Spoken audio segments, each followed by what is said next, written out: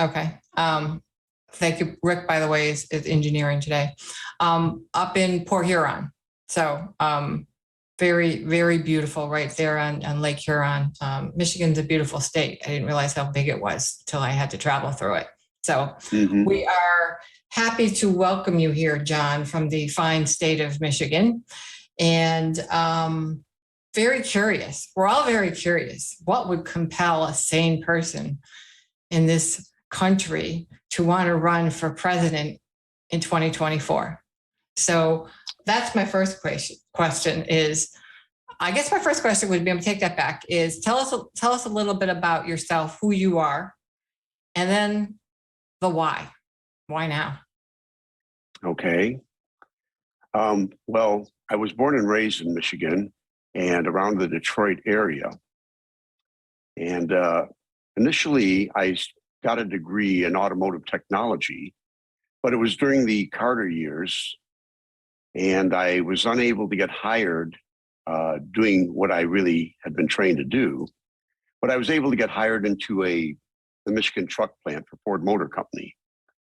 And I started in production, and they made me a production supervisor. I worked there for about 4 years. And then for the first time in history, they had shut down the truck plant night shift. That had never happened at Ford. And I lost my job. So I realized I had to retrain and find something else that would be not as volatile as the auto industry was during those years. And I went back to school and got a degree in digital electronics. And I started working for Digital Equipment Corporation that was headquartered in your state, Massachusetts. And I worked for Digital for about 8.5 years, started as an engineer and then transitioned into sales. And I was selling their hardware, their mini computer platforms, and their Ethernet products and professional services. And then I left there and started working for purely software companies, starting with a company called Computer Associates, which was the largest software company just behind, well, for mainframes, the largest, but it was the second largest behind Microsoft. And then Oracle was third. And I sold software for about 15 to 20 years for a variety of companies, selling to Fortune 30 companies. And back then, the mainframes ruled the world. And so the automotive companies had big data centers.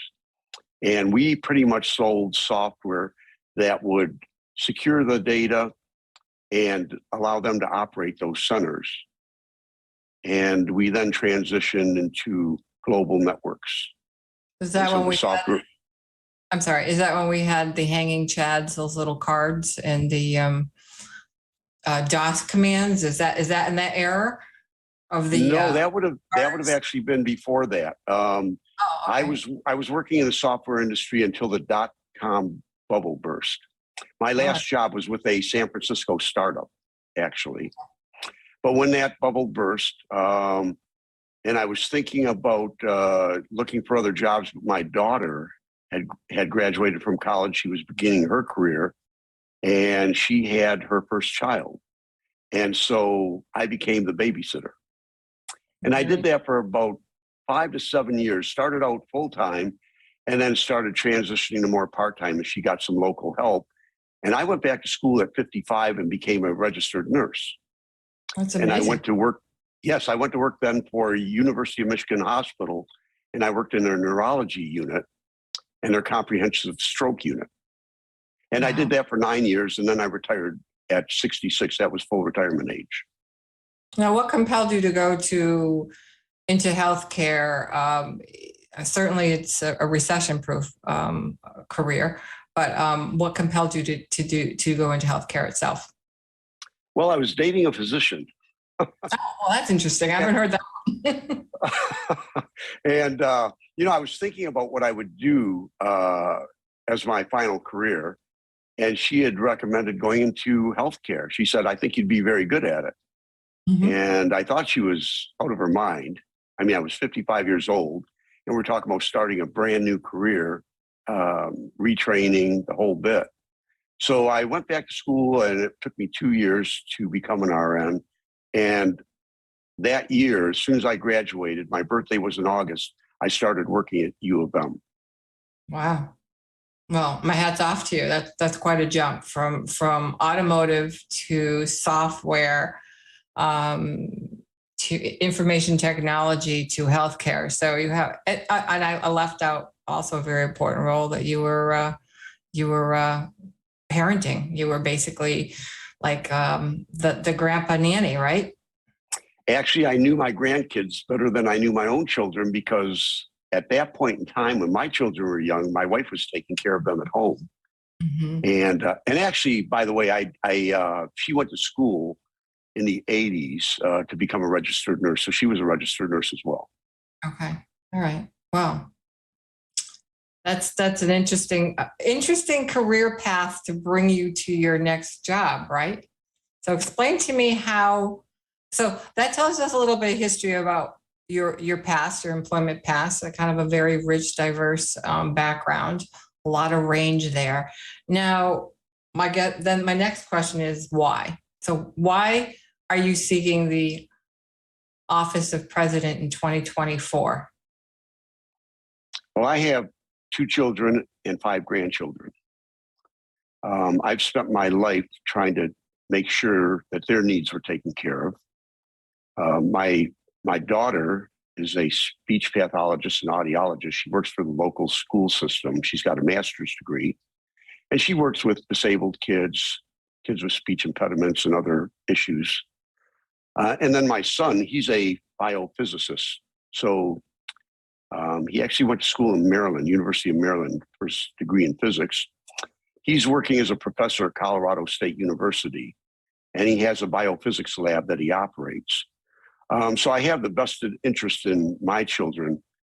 I've always been interested in human psychology, so I studied cognitive human psychology also as a nurse, for sure, as well as developmental human psychology, really for my own purposes. And that was kind of on the side early on, because I wanted to make sure that I could provide my children with everything they needed.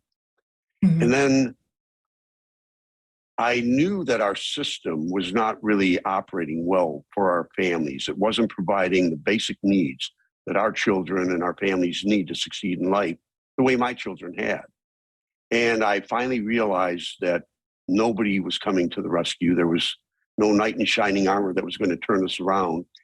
And I woke up one morning and decided, you have to get involved. You have to do something. And I think I have the skills and the background, and I know what is required to really get government serving the interests of our children and our families. And so that's what prompted me to do it, and that's why now. And I believe that if we could get people more united around our children's interests and our families' interests and the interests of future generations in regards to the environment, that we could be much more productive, a healthier society, and happier. Now, Jon, tell me, from your perspective, how does your background lend itself to the rigors, the challenges of the highest office in land, and arguably the most powerful office in the world? How does what you bring to the table lend itself to those challenges, particularly now? Well, that the president is the leader of this nation. He's the executive, and some would argue the leader of the free world. Correct. And it's like most of the jobs I have, it's really how you relate to people. And in all of my careers, I've had to relate to people. I've had to have a deep understanding of how we function as human beings to be able to relate. And communication's been one of my strengths. And so I felt that that would be something that would be beneficial as a leader. And then I was also, one of the things that I neglected to tell you before, I was in the military during the Vietnam era. They had a draft, and they did a lottery to determine who would be drafted first. And they started with the lowest number. So every date was assigned a number. My number was 58. So naturally, 58 out of 365, I was going to be drafted. I had some conflicts with military service. I wanted to serve the nation. I wanted to do what was right. My parents and all of my uncles were World War II veterans. And so that was my history. But the conflict was what was going on in Vietnam, which was completely different. And I've always believed that violence was not the way to settle issues, either nationally or at a personal level. So I applied to be a conscientious objector. And I was in the military for about 13 months as a conscientious objector. Having to survive as an individual in the military, where almost everybody is trying to prevent you from discharging that way and are trying to get others to serve, was a challenge. And so that was one of the larger challenges of my life. But I think that as a president, having a conscientious objector as commander in chief, I'm not going to be sending people into war zones needlessly. I think all of our wars have been needless wars. I think they're wars for profit. And I think that Smedley Butler told us that after World War I. And he was a major general for the Marine Corps. Dwight Eisenhower pretty much told us the same thing. So I think that we've wasted a lot of money. And we're now, plus 30 trillion in debt. And we're passing that along to our children and grandchildren. And what have we accomplished? It's not made us more secure. So as a president, I would take the nation in a completely different direction. I would greatly reduce the military budget, and I would take and redistribute those resources to serve the needs of our families, to expand the diplomatic corps, to find ways of working together with the other nations of the world. Excellent. I like that. I like the sound of that. I do recall you mentioning the conscientious objector period of your life, and I would say that would probably uniquely qualify you to run certainly to the left of the Democrat Party, which, if I understand, that's pretty much where you're at, although you don't necessarily, if I also understand, define yourself in any particular pocket politically. Is that correct? Are you running as an independent? I'm running as an independent, but I do align myself with progressive Democrats. Okay. The problem is that the leadership of the Democratic Party is not progressive, and they're funded by billionaires, corporate lobbyists. You know all of that. Yeah. So we can see that they operate on behalf of their funders, and not the American people. In fact, there was that study done, I think it was out of Princeton, where they looked at the polling and what the working class people of our nation wanted and desired. And they compared it to the legislation that was being passed. And their conclusion was that we virtually get zero of what we want, while the corporate interests get almost everything they want. I believe it was statistically, it was a Princeton study. I think it was something like 0.06%. That sounds about right. That's right. I'm familiar with that study, and it was worse than I thought. I knew it wasn't good, but I didn't realize it was that low. So there is empirical data to prove that. You're absolutely right. But going as an independent, the reason I decided to do that was because every president from the two major parties has promised to work and represent all of the American people and to unite the American people. We know that that hasn't happened. That's been a complete failure. Neither party's been able to accomplish that. In fact, we're more divided than we've ever been as a nation. That's an extremely dangerous place to be. It is. A nation divided can't possibly succeed and prosper today or into the future. And so I felt, running as an independent, that I would stand a chance of actually uniting the people around the interests of our children and our families. Because regardless of your political leanings, whether you're a Democrat or a Republican, I think that most people place their more value in their position as parents, and they do value their family. So I'm asking people to put the wedge issues aside and look at the bigger picture.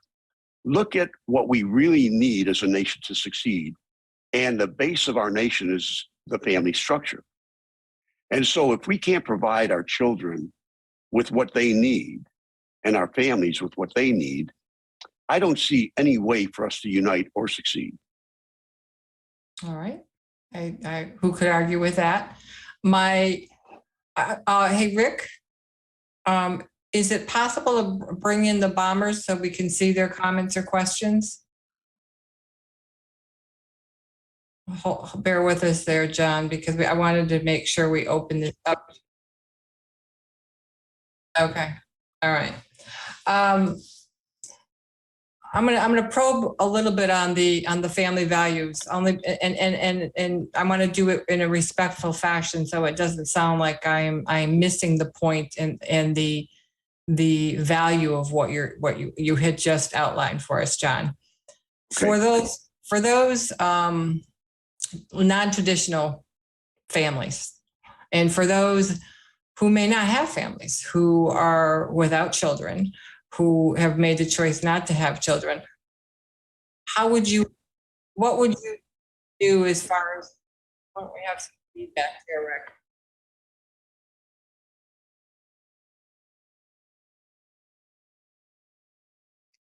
We're getting an echo. Yeah. Are you? Yeah. Okay, now it's gone. Yeah. So thank you. So for those who don't have families, you'd heard what I had said, so I don't want to repeat it. Okay. How would you present your campaign to them? Because if it's purely just around family values, which we hear from the right, family values, traditional families, the Christian, the families are under threat. So how would you respond to that? Frame that for me so that someone who's not from your traditional family scenarios, what would you bring for them? Well, we may have a wide variety of family structures and types, but we all have mothers, and DNA proves we're all related. We are actually one large family. We are all cousins. And so as human beings, we are connected in ways. I think that physicists have shown that there's ways that we're connected that we can't even necessarily perceive, but we know we're interdependent. Everybody out there depends on somebody else. And so that's kind of the way I frame it. For instance, there's someone that has to build the road that I drive to work on. I don't build my own roads. I'm dependent on them to do their job. That person has to be productive, and they have to be healthy in order to do what they need to do. So I look at family in the broader sense, but I also, at an individual level, all of us have basic human rights.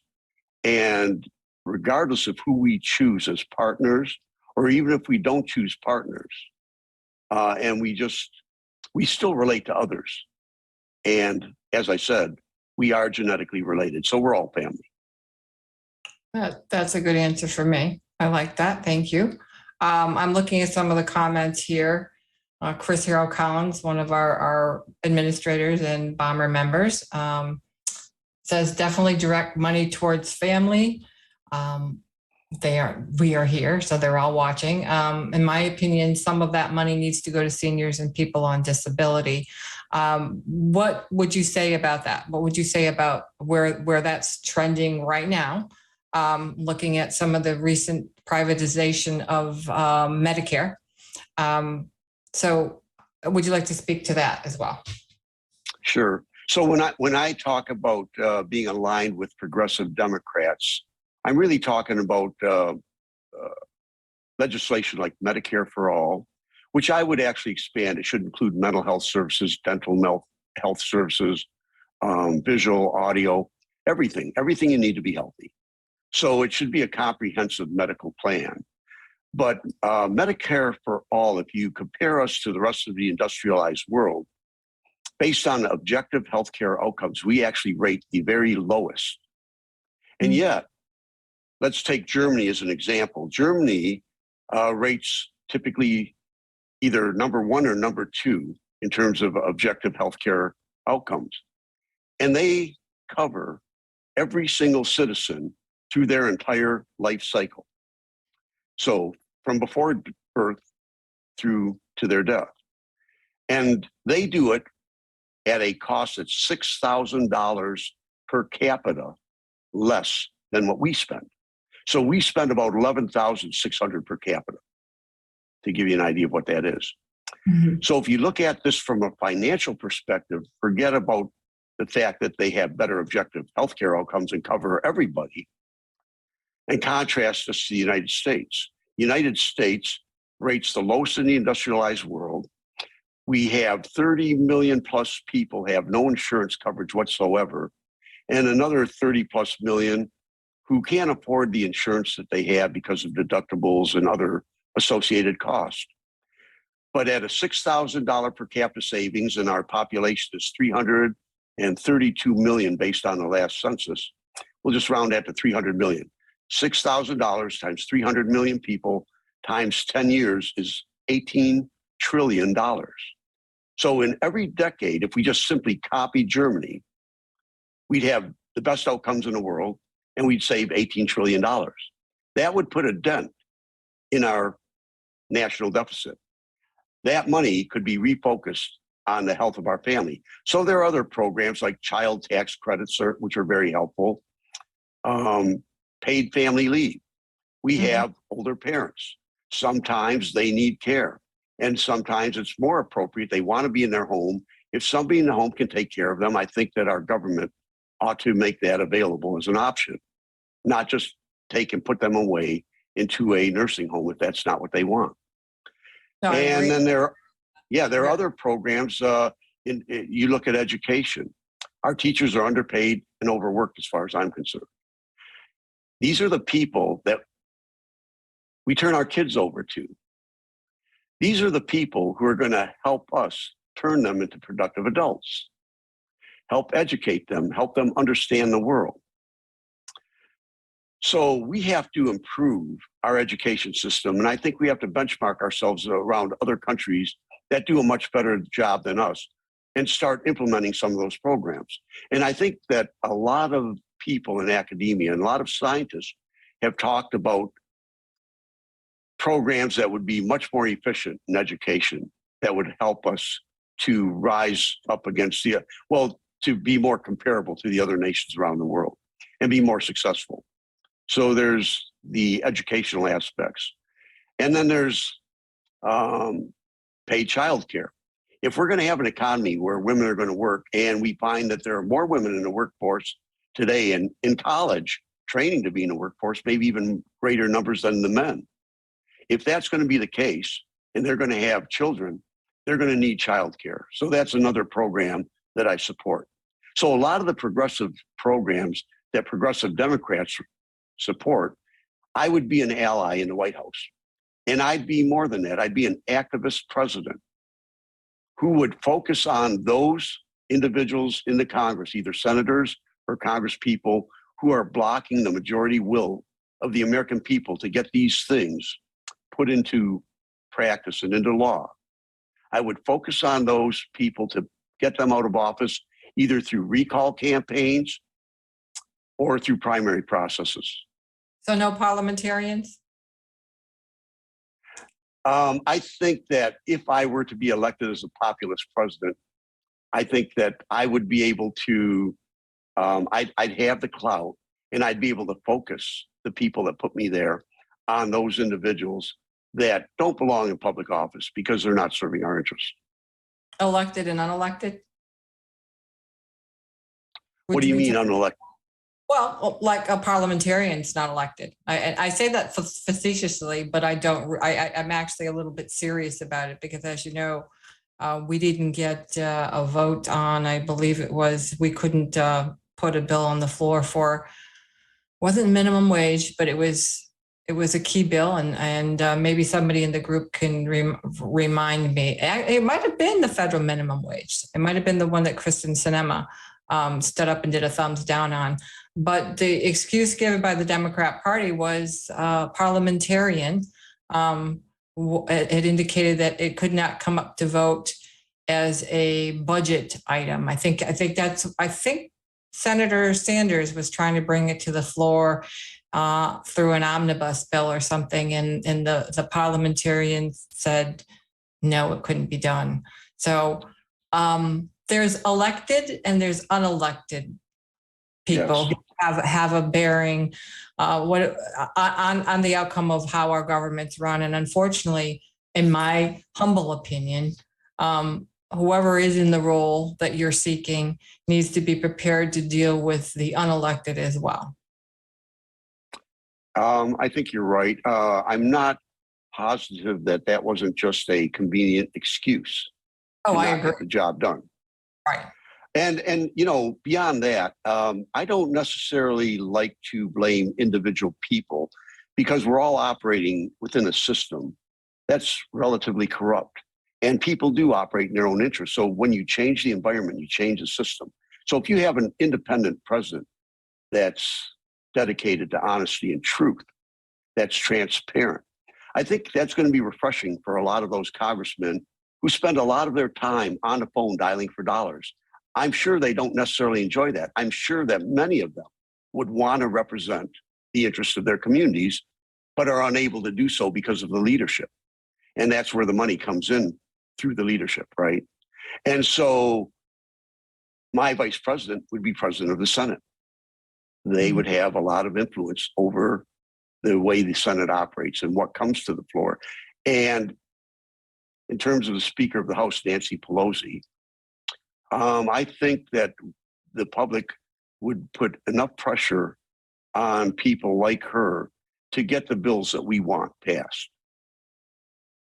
Well, you know, she's the bundler, right? She's the one that can decide whether somebody's going to get primaried or not if they don't get behind the party agenda. Money is clearly a factor. It is I think the biggest factor in the corruption that you allude to.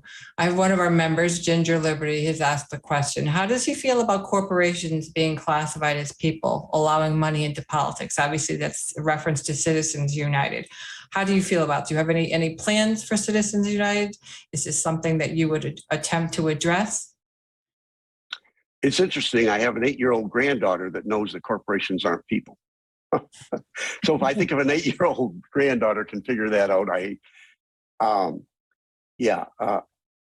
corporations, they have some of the abilities that people have, but they're not people. And free speech is not money. I think that working with the Democrats, certainly the Supreme Court's become politicized. But don't forget, a president has a lot of other tools, the authority to veto. So one of the controls you have over Congress is the veto threat. And anything that doesn't directly meet the needs of our people, any kind of bundling, I can just veto. It goes back to the Senate or the House, and it takes 2/3 for them to override that. And there are other tools. So activism, veto power, executive action. Where do you stand on the filibuster rule? Well, if I had been Biden and I had Sinema or Manchin pushing back against that, I think that the way the Constitution is written, the way I interpret it, it should be a straight majority. Mm-hmm. And so I would go into their districts and I would actively work with their constituents to try to put the pressure on them to have changed that rule. So you would go into the opposing, say if it was, I don't know, why don't we pick somebody like Joe Manchin in West Virginia? So you would go visit the Smoky Mountains in West Virginia, and you'd have a powwow with his constituents. Is that basically what you were saying you'd be willing to do? Well, I'd probably go back to what Carter did. I don't know if you remember the fireside chats. I don't So I'd really, be in, I remember hearing about them, but I don't know that I ever actually was observing them at that time, no. okay, so I would be in direct communication with the American people who could actually call in directly, interact. And so there'd be a much broader communication with the executive branch. I would open up the issues. I would expose the corruption in detail. So is this I what they'd call a town hall thing now, but a little different? Well, with the media, the electronic media, of course, you could reach a lot more people, and as president, you'd also have access to major networks. Now, would you be willing to sponsor a bill to repeal Citizens United?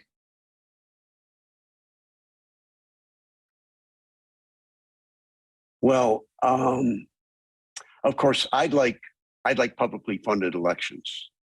Mm-hmm. I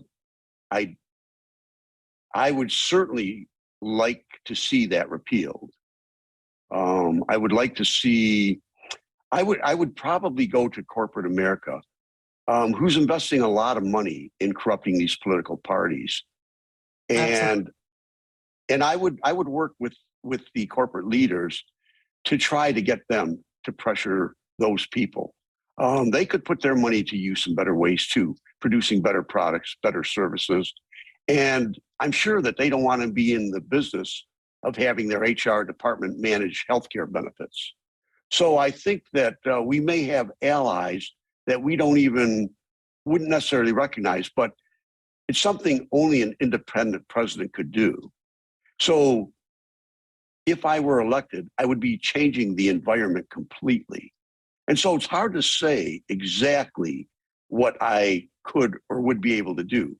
But I can tell you this, I would use every power available to a president to overturn Citizens United and get publicly funded elections. My goal is to essentially get all special interest money out of politics. In fact, my campaign will only accept contributions from individual voters. All right, so you would go the route of Bernie Sanders, except not be running within a party, and then also Yes, not primary. that's correct. And that's the other reason I decided to go as an independent, because I'm not going to let a corrupt party leadership block me from even becoming a candidate through the primary process. And so I'm going directly to the American people.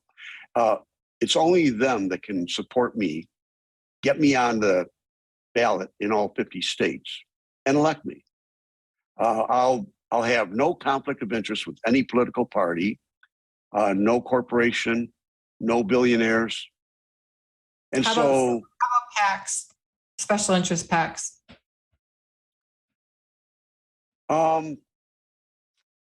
I think that, I have to operate within the environment. I think I would have to look at those individually.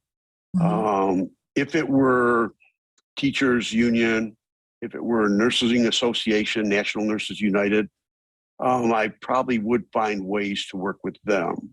And I would explain that if I did. The other thing about my candidacy is everything would be upfront and completely transparent, not just as a candidate, but as a president. We lack transparency. I supported President Obama, went door to door, campaigned for him, worked the phone banks. I did the same thing for Bernie in 2016 and in 2020. So I've done all of those things.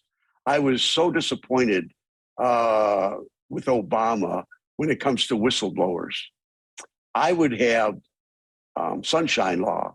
I would support whistleblowers. I want to know about the corruption. Excellent. And right. And so the entire environment, if a independent can actually break the monopoly of these two parties, we're completely changing the United States environmentally. And that's going to open the door for other independents who are going to feel, yes, this can be done. What do you see as your let's talk about logistics. Let's talk about the playing field. So What do you see as your biggest challenge in terms of ballot access, and what strategy or plan do you have to address that? Okay, so ballot access is the biggest challenge that I face. And that's why I started my campaign so early. I've got 2.5 years. And on my website, if you go there, I've got a form that you can fill out volunteering to help me get on the ballot in your state. So if my supporters fill out that form, then now all 50 states all have different rules. Right. And so I'm going to have a lead person in each and every state, focused on each state, a coordinator, so to speak. And when the petition is available in a particular state, about a month before that, we will start communicating with those people that signed on to help. And they can either host and have the ballots at their home so that we could go back out to the public, then everyone in that state, and say, these are the locations within your state where you can go to sign the ballot. And then we'll also have people in strategic locations. There's a individual that worked with the Wang campaign, and he got Andrew Wang on the ballot in 14 days in Illinois. Wow. He knows the process, and I'll have people like him working with me to help me do that. But the key is starting early and building as quickly as possible, right? And so 2.5 years, we're not even in the midterms, and I've already announced. I've gone through the FEC process. I've shared all of my personal and financial data. I've got a campaign number. I've got a presidential number. I've got a person that is focused on my campaign that I can contact. And so, so I've gone through the hard stuff, so to speak, in a way, just even getting to this point. And now I can really focus on building a base and getting that campaign, that ballot access that I need.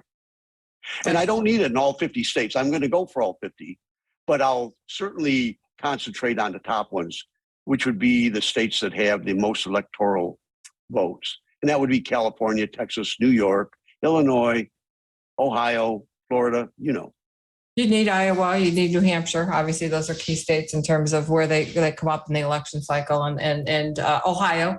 It's kind of those tipping point states as well. Right. Okay. I think it's very prudent of you to understand the terrain, the topography of what you're willing to cover in the next between now and 2024, and start early, and be well prepared. As far as fundraising, what are you looking to do with fundraising? Do you have any unique fundraising campaigns planned, or is it too early to speculate on that? Social media, payment platform. And I bring that up because having worked and volunteered in 5 states for Bernie Sanders, having very close ties with those who were involved in the Hillary Victory Fund down ballot corruption, and how funds were migrated from the Bernie Sanders campaign to the Hillary Clinton campaign. I will ask you whether or not you are looking to identify, using your software background, your IT background, a good payment platform that can be trusted, because I really think that's a huge deal. I will never again right now donate to a Democrat candidate, but I certainly wouldn't do it through ActBlue, which is the platform that all Democrat candidates are required to use. They were the ones who transferred those funds. So have you looked at the funding mechanisms and the fundraising issues as well? Well, the mechanism's already in place on my website. I've already got the bank account set up and tied into my website. So I have a credit card processor that processes that. And of course, we have our campaign address, so you can direct mail checks, things of that sort. That's not something that I personally am going to be intimately involved with. I have a campaign manager. That's his primary concern. In terms of funding, I don't think that I need as much money as people might think. What I need are people to get out, spread the message, volunteer help, a lot of that, just like Bernie Sanders had. I need people that will act for me in the same way they acted for him. He collected, I think, campaigns though for national media. Like, I mean, you have to have some type of media presence. You have to have some type of, social media campaigns. Those don't come cheap. I mean, I certainly wouldn't want you to see you underexposed. It's going to be bad enough. It's going to be vertical enough. But in terms of if you want to make a real good run for it, those are some logistics that are some realities that you're going to have to contend with. right. And well, I'm going to have to play that by ear and see how that goes in terms of money collection. I'm going to have to. I'll be frugal with the money. I'm not going to waste money, and I'll have to strategically decide what's going to help our campaign expand. Initially, it's going to be a grassroots effort, though. I'm not a millionaire. I'm a working class guy. And so personally, I don't have the money to do this. I do have some people in my campaign that are well connected to the music industry. Okay. And so I'm going to look for support from musicians. I'm going to look for people that already have a broad following to help share my message. So influence. So, right. I mean, basically, what do I need? Biden won on with what do you get? 84 million votes, or was it 83 million? I'd be happy if I get 100. Yeah. I need 100 million people to get out and vote for me. Mm-hmm. And I'll use the money as constructively as I can to make that happen. So that's an unknown at this point. Very few people, and certainly no one from the working class, has ever tried to run as an independent candidate with a populist message. And right. So I'm in new territory, and I really don't know quite what to expect, to be honest with you. We'll have to see how it goes. I don't think that's well put. I don't think any American knows what to expect anymore, even with what our current system is. It seems like every time we get up every morning, every evening when we go to sleep, I say to myself, what just happened today? It's always something new, right? Our system is offering up a lot of surprises. That said, what do people are asking, Margarita asked, is he a Green Party candidate? No, although I'm going to ask him, gets to my next question on the environment. I know that is something that you have given great thought to. So John, why don't you tell us where you stand on the environment? And I will tell you the next question is, where do you stand from Chris? Where do you stand on Roe versus Wade? Okay, well, on the environment, it's clear. I mean, I'm with the scientific community. It's clear that global warming is a serious threat, and we're not currently doing anything about it. We have to transition from fossil fuels into a new energy system. Based on what I'm hearing, I think that nuclear energy is going to be a big part of that transition. The other thing that's really important as we transition away from fossil fuels is to make sure that those people who are impacted personally by that transition are taken care of. And so I think that we have to have a plan to help people move from those industries that aren't serving that transition into new industries, into infrastructure building, and helping clean the environment. So that's kind of my position on that. What was the second one? The second one was where do you stand on Roe v. Wade? Well, I'm for choice. I think that I'm surprised that so many people want the government to intervene in a medical choice. I consider it a medical decision, and I consider it to be a decision that a woman can make with her medical team, her doctors, nurses, So I would remove the government from that aspect of women's health. I consider that just another part of women's health. Let's put it that way.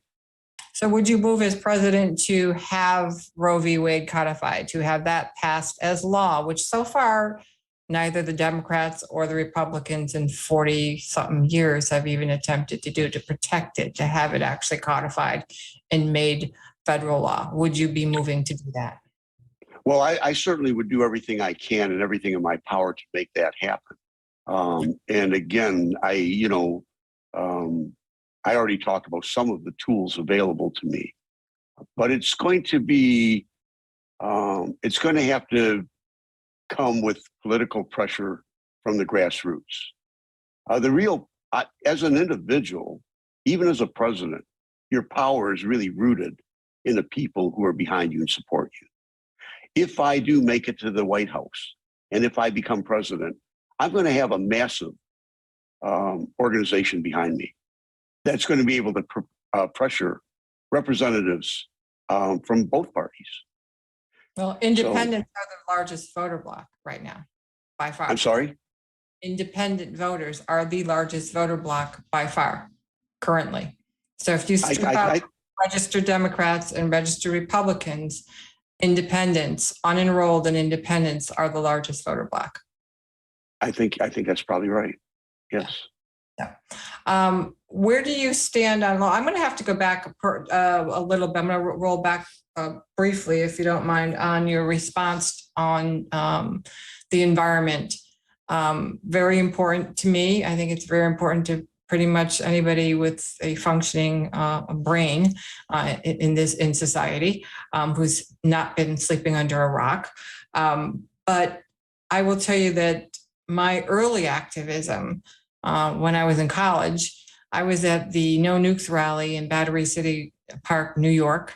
I was there in large part because I liked the music. They're having a big concert, but also because I was very much involved at that time with MassPIRG, Mass Public Interest Research Group, and took a position against nuclear power. My dad was mayor of the city that I grew up in, and he one of the few things we did agree on, and he made sure that our city did not invest in a nuclear power plant that came across his desk at that time.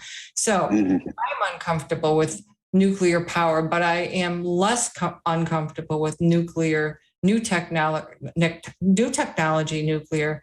I believe it's fission or fusion. Well, fusion is the new technology. Fission is the old technology.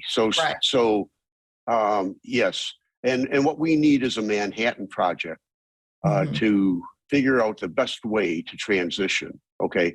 So this transition, there's technical issues that I think we can solve. And I think we can devote a lot more resources to that kind of research and probably move the timeline up. But there's going to be energy density is a term that's often used. And what energy density means is that you get the biggest bang for your buck. And that's why you have to look at the total impact. So a nuclear power plant, for instance, takes up much less space than, let's say, a solar or a wind field. Now, I'm not saying that those things don't have a place, and depending on where you're at. And then the other aspect is that, we can't do this alone. And so we really need partnerships globally to get this accomplished. We're going to have to work with the Chinese, with the Russians, and with everyone in the world. This is a global problem, and it's going to require cooperation, collaboration. And so that's the kind of thing I'm supporting, both in terms of economics and in terms of the environment. So I think when the world starts coming together and learns how to work together better, and we have a president in the US that's really focused on bringing the world closer together, uniting us. We are not even a signatory to the International Criminal Court, for God's sakes. And so we talk about international norms and international laws. We criticize Putin for a war that this was predicted by political leaders right here in this country, from Kissinger, John Mershire. They knew that if we continued down the track we were, that Putin would invade. They predicted this more than a decade ago. This was preventable, and we knew it. I'm sorry. We were provoking it. We were the instigators. Right. It's hard to read the tea leaves when you're the one that's behind the agenda. So with a different leader in the White House, we're going to have a totally different way we approach the world. It's not going to be adversarial. We've got, for God's sakes, more than 800 military bases all around the world. Mhm. And we're supporting that. And that's how we account for that large debt that we have that we're passing on to our children. That's totally unacceptable. We wouldn't accept a foreign military base in our country. I have no idea why any American would expect that we should do that to someone else. No, the path forward in the future is around cooperation, collaboration. So you put a president like me in the White House that's got that attitude, that knows how to work with people to get things done. When I was on the comprehensive stroke unit at U of M Hospital, as an example, I had a shirt and it said on the back of it, it's all about the team, the team, the team. So as a nurse, we would go into global rounds and I'd introduce a patient. The nurse is the one that is closest to the patient, knows everything that's going on with that patient, knows about the family. So the hospital and doctors, they're focused, the doctor is focused on the disease process, stopping it, slowing it down, surgically removing. But there's a lot of people involved in a person's health, speech pathologists, physical therapists, occupational therapists, social services. So the nurse, in talking to the patient, so the nurse talking to the patient realizes that, gee, this patient, even if he goes home, doesn't have the support he needs to survive. So we have to pull in social service. So we do global rounds. It's this kind of collaborative environment that gets things done. I'll give you another really great example that I love. The Hadron Collider in Geneva, Switzerland, the atom smasher that people might know it as. Yes, I'm familiar with that. it. Is the most complex machine ever built by humanity. And it was built by thousands of scientists from hundreds of different countries speaking dozens and dozens of different languages. That's what collaboration and cooperation can accomplish. Yeah. That's what we need globally. And we need leaders that understand that and that understand developmental human psychology. You need to know how important it is for children to have the right kind of inputs at early ages. Otherwise, if they don't get it, they're impacted for the rest of their lives. So if you want a healthy, happy, productive society, you need a leader that understands all of these things and understands that the sum of the parts is much greater than the whole. In other words, you need a lot of services targeted where they're most needed. So if we have disadvantaged communities that aren't able to support themselves and contribute to the well-being of all of us, you need someone that understands how to take and target just the right resources to bring them back into the mainstream so that they can produce, be independent and productive and contribute. When we're all doing that, when we're all achieving our potential, we'll have a healthy nation. And we have to work with the rest of the world. We're not an island and we can't go into isolation. We have to cooperate, we have to collaborate. And so my message to the American people is, if you'll support me, this is not about me. This is about us. It's exactly what Jill Stein said. I supported the Green Party. I was a Green Party member. I supported Jill Stein. Unfortunately, she wasn't successful. She wasn't effective. I thought about running or trying to run in a party like the Green Party, but for many decades, they've not succeeded. And so when I really thought about it, even if I were to become their candidate, what would be the chance of me succeeding? A lot of people look at third parties and they say, well, gee, they're niche parties. They don't really look at everything, foreign policy, domestic policies. And so some people won't vote third party for that reason. And others, again, look at it and say, well, if we had more parties in there, what's to prevent them from becoming corrupted like the first two we have? So they're going to still be, whereas an independent has absolutely no conflict. no conflict between party interests or any other special interest. And so that was one of the big drivers. But no, I love Jill Stein. I voted for her. I contributed money to her legal fund as she was fighting the FEC over public money that she got for her campaign. Still is. She's still dealing with that. And Yeah. and I think you and I discussed that when we spoke. I think very highly of Jill as well. I think to go to what you were talking about with the Green Party, I was a co-chair of the second largest chapter in our state, and no longer am with them. It came away very similar impression as yourself, that they had a lot of struggles as a party.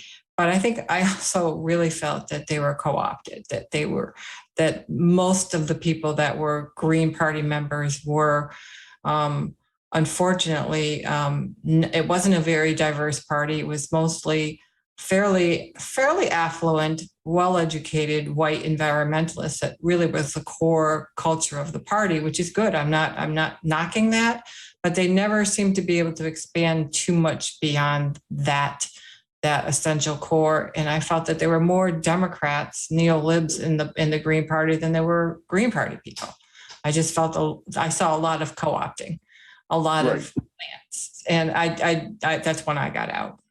But parties are a form of tribalism, and tribes separate us from one another. Right. I think we have to think in terms of our common humanity. You know, and we have to have a leader who's going to communicate a lot about that and change the culture, so that people understand how we're connected, how we interact, and how it impacts our lives. When you have the infighting that we have, it's hard to accomplish anything. And I use the Hadron Collider as one example of how collaboration can accomplish some of the greatest things. Certainly in my career in medicine, and even as an executive sales rep for software companies, I didn't do it alone. There were a lot of people surrounding me, engineers that came in and technicians to work with my clients, people that implemented the solutions, professional services. So we're never working alone.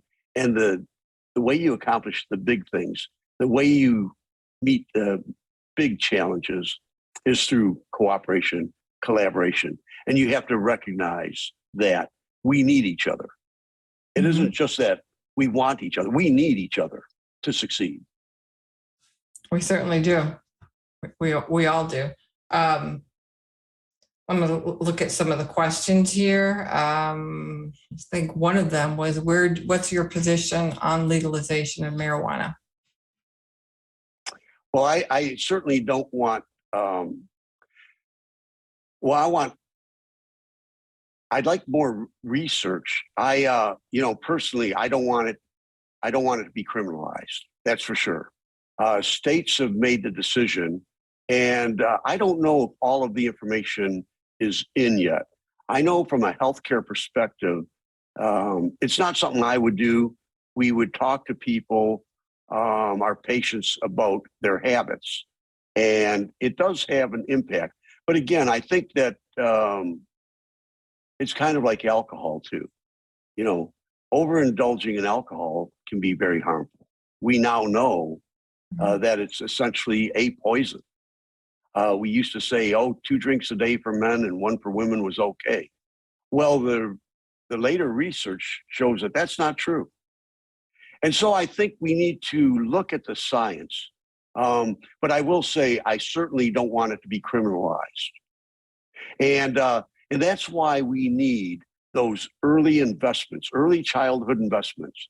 And we need to focus on the family, because healthy, productive people make better choices, generally speaking, and better educated people. So we're going to focus on their health, and we're going to focus on their education, and we're going to start early. When I think of No Child Left Behind, I mean no child should be left behind. We can certainly recognize when a child isn't achieving what they need to based on their age, and developmental blocks. And a teacher in school doesn't have to wait till the end of the semester, even beginning of the semester, to see that a child's struggling. So we want our systems that will intervene wherever there's dysfunction. Now, that child may not be succeeding because his parents aren't getting into bed on time. Maybe he's not getting proper nourishment. These are things that we can fix. We can focus a coordinated set of services through our school system to make sure that the families are healthy too. Because without a healthy family, you're not going to have healthy children, and they aren't going to be able to learn. So we really need an integrated approach. The same thing that we did for computers. We realized that you can't have a accounts receivable system from one vendor and a general ledger from another vendor and a warehousing system from a third vendor and expect to really understand what your organization's doing. No, we needed integrated systems to understand and to propel the organizations forward.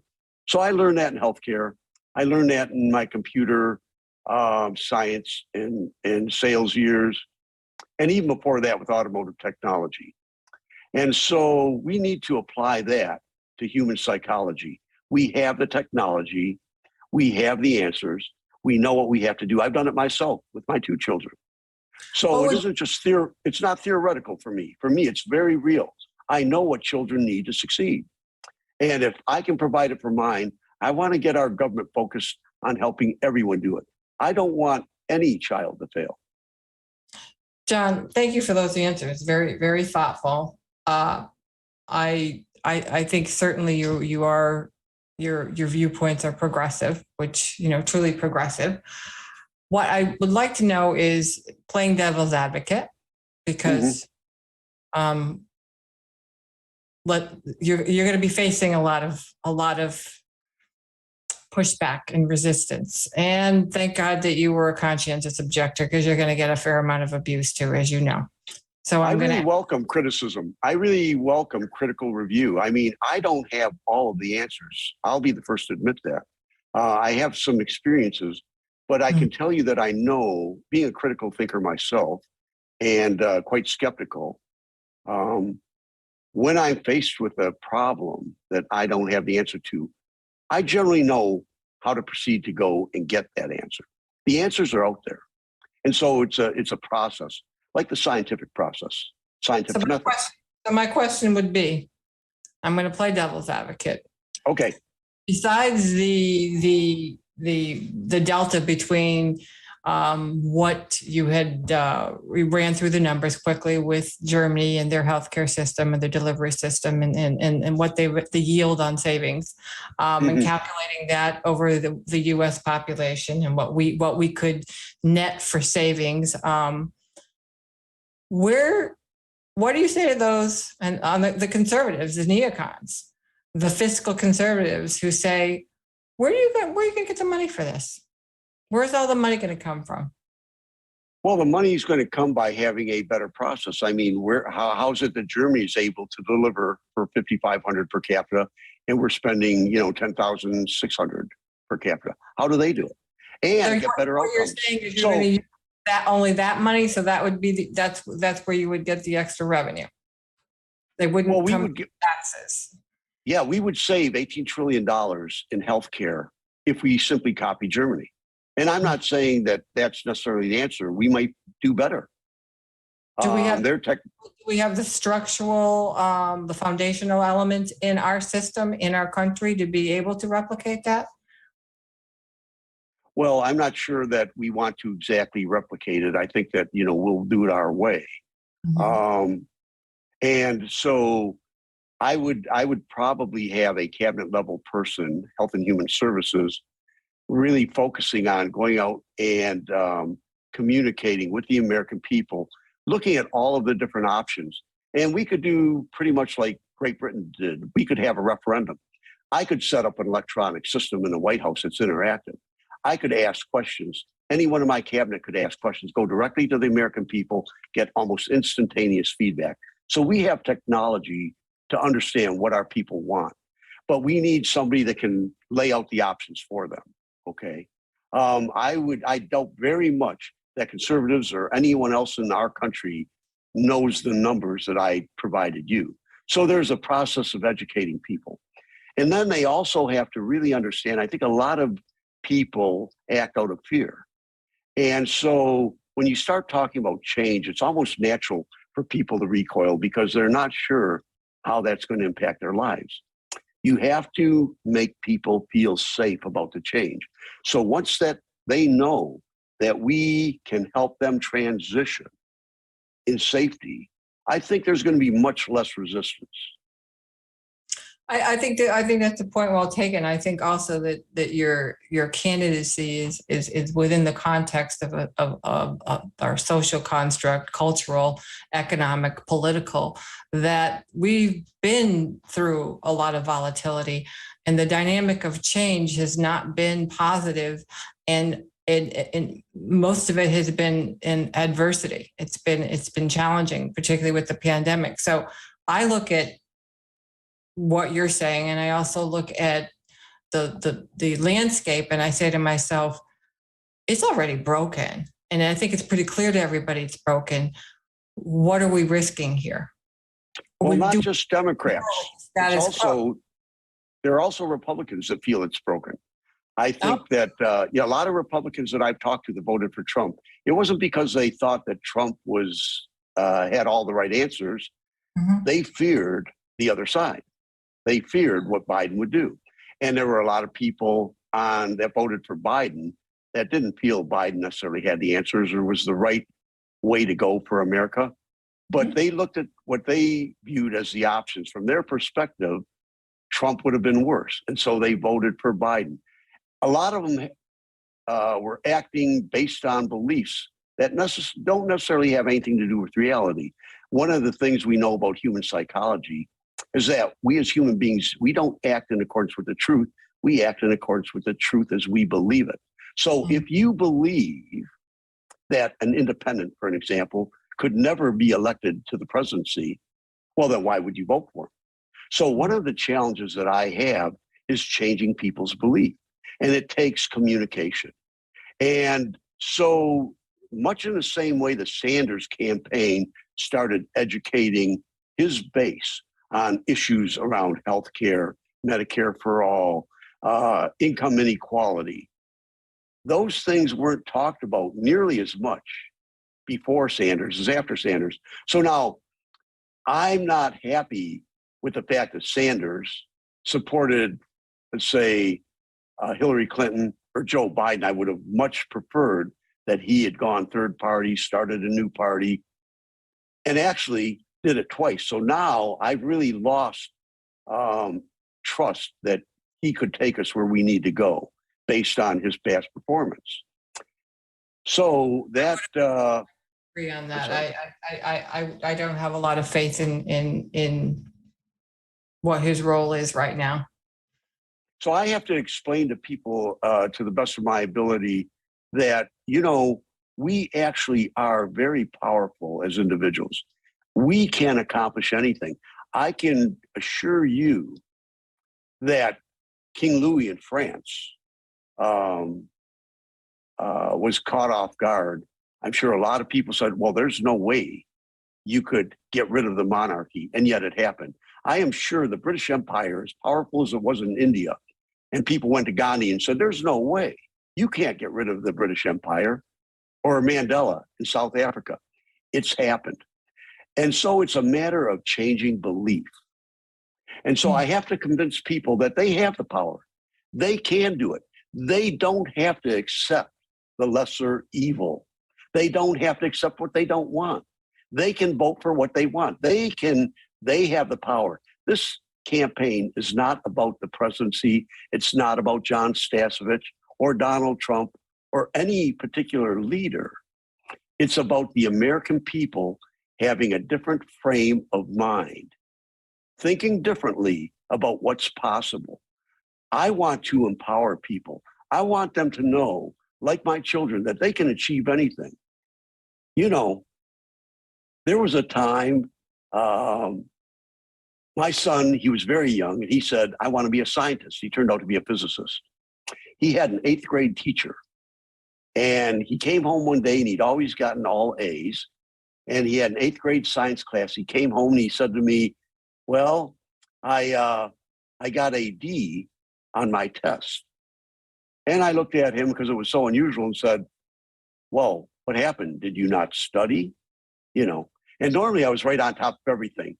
And he said, no, he said, I didn't finish the test. Well, I said, okay, well, study a little harder. Try to focus on it more. If you need any help, let me know. I'll work with you. He came home the next week and he flunked a second test. Wow, that had never happened to him. And he told me about it. And I said, well, did you go to your teacher and say, again, it was the same thing he didn't finish. I said, did you go to your teacher and ask them what you need to do to pass this course? And he said, I did. And the teacher said to him, well, you may not be cut out for math and science. Well, as a parent, I went ballistic.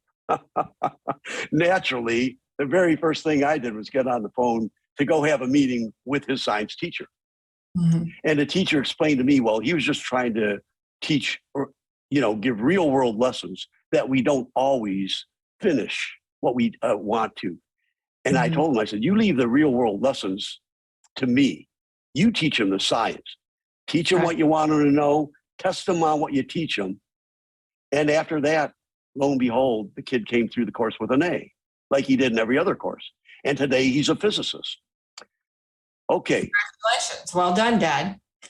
Well, I mean, so, but you see how the culture and even a teacher can negatively impact, you know, what we believe and what our potential is. Well, I'm gonna just insert something here because as you're telling this story, it's an insightful story for you as a parent. So I think you certainly did a good job as a parent. But moreover, I'm looking at it, taking that parallel as in your role as president, and saying, okay, what happened there with that teacher? What were those words? How damaging were they? How potentially damaging they were? That one interaction, that one interaction with the teacher had the potential of breaking his spirit. And I think American spirits have been broken. Our spirits have been broken. They've been trampled. We have endured far too much as a society at the hands of those we have entrusted with our futures and with the futures of our children. So I look at that and I say, I want you, or I want whoever is going to be in that role next to be the vanguard, to safeguard the spirit of this country, because it is a big and beautiful and an amazing country of citizens. I love my country. I am patriotic to the core, but not what we've been sold, not for what is the path that our country is going down. So if you could do that for us, if you could safeguard our spirits and help us to believe, I think that's going to go a long way, John. And I think you're onto something there, because our spirits have been broken. That story tells me something about fighting to get back the beliefs that we all hold so dear. We have a wonderful nation. We have a lot of really wonderful people. I mean, when I worked at U of M, some of the people that I worked with in all of the different fields of medicine were absolutely amazing. Just blew me away. We've got wonderful people. And somebody that really spreads the message well, in my mind, is someone like Marianne Williamson. Yeah, she belongs in a leadership position. Mm-hmm. She is a big influencer. She talks about the spirit. And now I'm not religious. Are you spiritual? I don't think they're the same. Because you sound like you're spiritual, but not particularly maybe dogmatic religion. Well, frankly, I wasn't brought up to be religious. So, you know, my conditioning was different maybe than a lot of people. Mm-hmm. And I've always been technical, a critical thinker. I believe in science and the scientific method. I believe in evidence. And I'm not saying that we always, so I'm interested in the truth. Well, what's the name of your organization? Truth Bomb. Exactly. Truth Bomb. The truth is important. The truth is important, objective truth. And so I don't like to speculate. But I don't, certainly for other people that have different beliefs, they have a right to. We don't know everything there is to know. And so belief is important. As long as those beliefs do not harm other people, I have no problem with it. Now, if you're going to take those beliefs and if you're going to cause harm, that's where I'm going to object and try to change. But yes, our culture is important, and we need people who can lead the culture. I also like Cornel West. Yeah, big fan of Cornel. I think I told you how I left the Democrat Party. I left Bernie Sanders, but morphed into Hillary Clinton's campaign. And when he left and joined the Green Party, I left with him. I exited with him, and I follow that man pretty much anywhere. He's hold him in high esteem. So I don't know certainly what between now and 2024 what that path is going to bring you, but I wish you every success. I wish us as a country every success. I think that starting early as you have is prudent. I think you have some sage advice for us as a country, and I think you're looking at a lot of the important issues that need to be weighed. I don't think you're being agnostic or atheist really is a detriment. One nation under God, all that stuff that we do, I really don't know. I look at the evangelical right and I say to myself, that's not a God that I would recognize. I would observe, I would respect, but they're voters too. And they're going to be out there.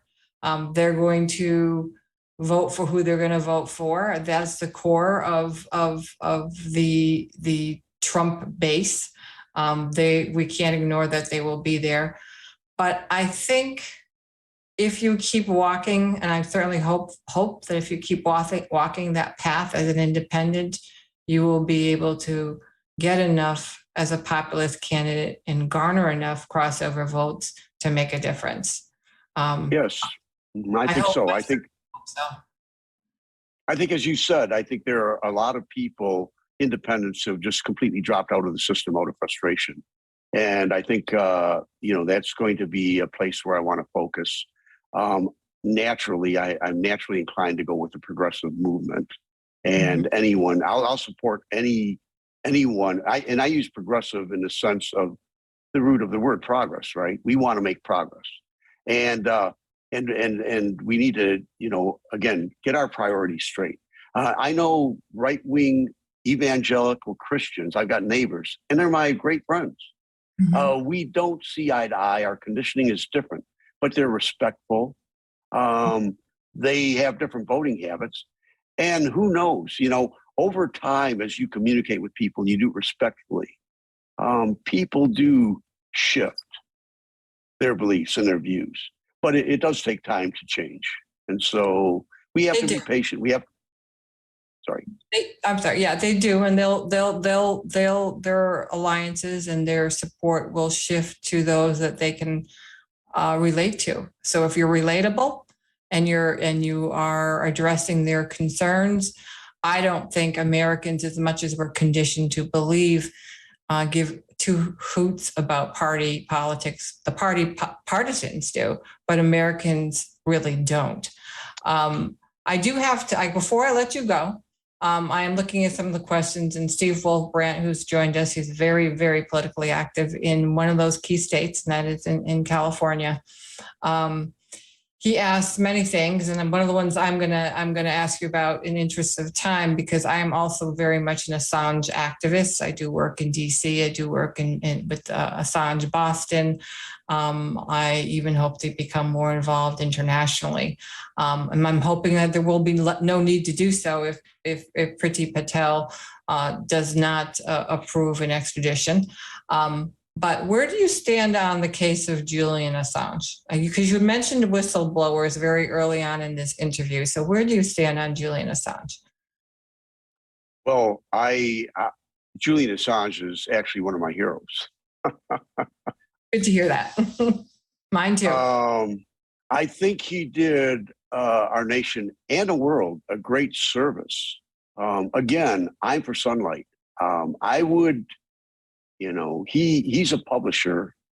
I really have to question when I become president and you talk about we can't share this information because of national security. I have to have somebody explain to me how the heck that impacted our national security in any negative way. And even the truth about the John F. Kennedy assassination, they still withhold information going that far back using national security as the excuse. Yes. Wait a minute. Imagine, now we're one big family as a nation, but imagine living in a family where you don't have transparency, where your children are saying, these are lame excuses as far as I'm concerned. We should be open, we should be transparent, not just with our own people, with people all over the world. Right. Well, I'm glad you mentioned JFK. That was one of the other questions that Stephen had was, would you release the JFK files or would you also reinvestigate or open? There is the fire commissioners and the architects appeal right now that's pending, but 9/11, would you be willing to look at that as well? I'd be looking at everything. Everything's on the table. I want to know the truth, just like you do. Good. Excellent. At the end of the day, what I'm seeing with those who have been able to jump on, and what I will tell you, John, if people aren't on now, they always come back and watch later. So that's what we have found, that they watch at their convenience and we leave it posted up there. And there's generally quite a few comments. Chris says, Indiana would be a great state to win. At the end of the date, she says, I will vote policy. Jennifer Vickers just joined. I'm late. Yep, Jennifer, I'm sorry you are late. We are just closing down now. But I encourage you to go back and John he's a member of TBA, so he can jump in on the questions and answer directly. So John will tag you on the interview once it goes up and it's posted, and you'll be able to answer questions in the thread that they may have, and maybe recruit some people in some of those states to start helping you with ballot access, because as you have indicated, it's not too soon. So, and you can communicate directly with my campaign through the website as well. I have been communicating directly with the people in social media that I've interacted with for years.